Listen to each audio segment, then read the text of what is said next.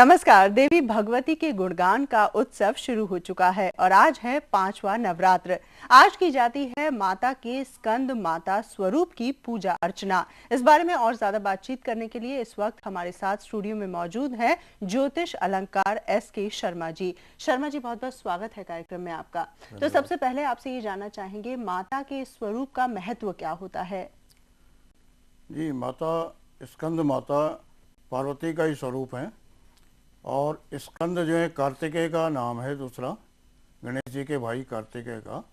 उसको गोद में लिए हुए 4 भुजाधारी माता पार्वती का स्वरूप है, शेर पे सवार हैं और ये उनके स्वरूप की पूजा है जी।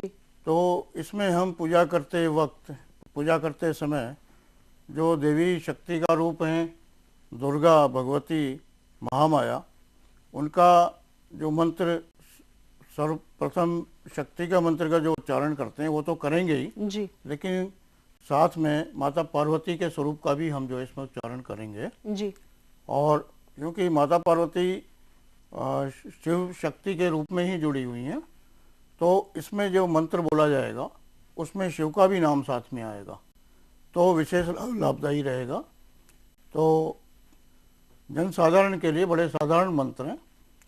पहला मंत्र जो कि नौ दुर्गा की पूजा की शुरुआत में किया जाता है, नमो देवी सर्वभूतेषु शक्ति रूपेण संस्थिता नमस्तस्यै नमस्तस्यै नमस्तस्यै नमो नमः। इसको बोलने के बाद में स्कंद माता का जो स्वरूप है उसको प्रसन्न करने के लिए, सब प्रकार की सिद्धियां, मनोकामना की पूर्ति के लिए ये मंत्र आप बोलें, ओम उमा रमा रुद्राणी गिरिजा महेश्वरी शिव शंकराय नमः। जी। इसको बोलने के बाद में जो एक देवी का और मंत्र है उसको अगर आप बोल सकते हैं बहुत अच्छा, वरना देवी के 108 जो रूप हैं उनको आप बोलें, उनको मैं बोल के बता सकता हूँ जी। इसमें 2 मिनट का समय लगेगा। जी। देखिए, जो मंत्र मैंने बताया था ये मंत्र, ये दूसरा बोलने के बाद में ओम ह्रीं क्लीं श्रीं क्रांग क्रीं चंडिका दैव्य शाप नाशानुग्रहम कुरु कुरु स्वाहा। जी। हर प्रकार के कष्टों से, ऋणों से और आपदाओं से मुक्ति प्राप्त होती है, घर में सुख शांति का वातावरण पैदा होता है और समृद्धि बढ़ती है। जी। अब समृद्धि बढ़ाने के लिए देवी के 108 नाम मैं बोल के बता रहा हूँ। ये दुर्गा सप्तशती किताब मिलती है, उसमें सर्वप्रथम अध्याय में देवी के 108 रूपों का वर्णन किया गया। जी।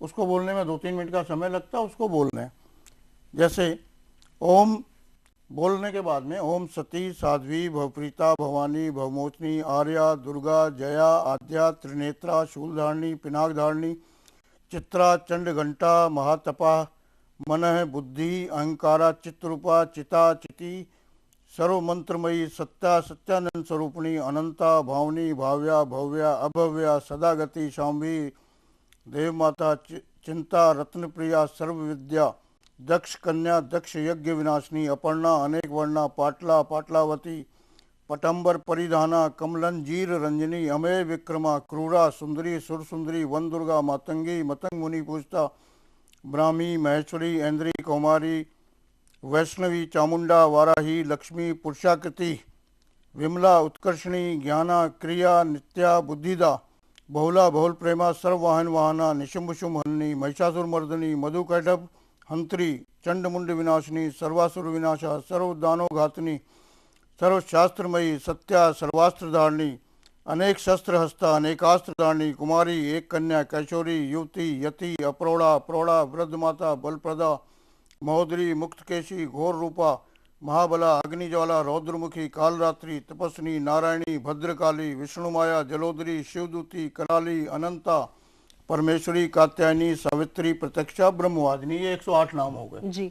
अगर कोई पढ़ सकता है तो सर्वभौमिक सुखों की प्राप्ति होती है।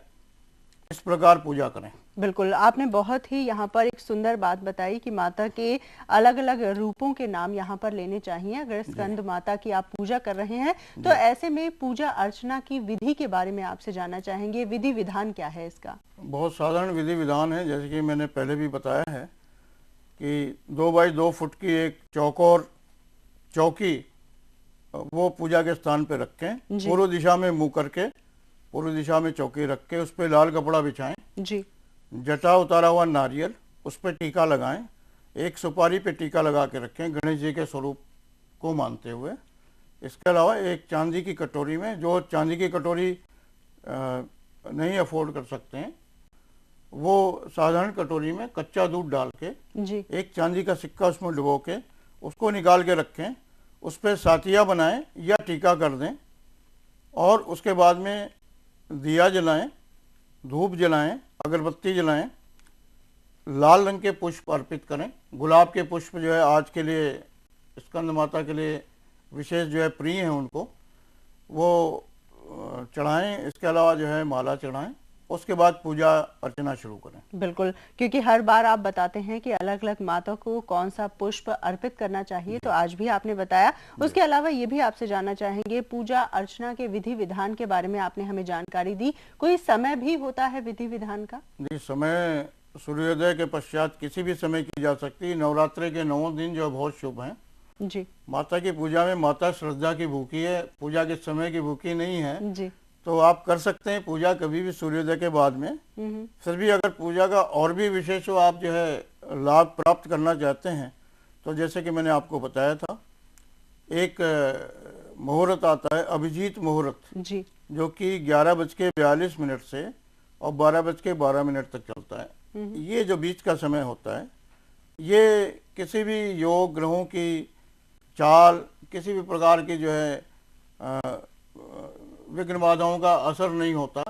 इस समय में जो भी कार्य किया जाएगा, पूजा भी की जाएगी, तो वो बहुत ही फलदायी रहेगी। बिल्कुल, बहुत ही सुंदर बात गुरुजी ने हमें बताया कि 11:42 से लेकर 12:12 तक का जो समय होता है सुबह का, उस दौरान आप पूजा अर्चना कर सकते हैं, विशेष लाभ आपको इसका पहुंच सकता है। और इसी के साथ गुरुजी ने हमें बताया कि स्कंद माता का स्वरूप किस प्रकार का है, मंत्रोच्चारण किस तरह से किया जा सकता है, पूजा अर्चना किस प्रकार से की जा सकती है। और फिलहाल हमें रुकना होगा एक बहुत ही छोटे से ब्रेक के लिए, और ब्रेक के बाद जब हम वापस लौटेंगे तो ये जानने की कोशिश करेंगे कि माता के स्कंद माता स्वरूप का अलग अलग राशियों पर किस प्रकार का प्रभाव पड़ता है। आप देखते रहिए हमारा ये खास कार्यक्रम।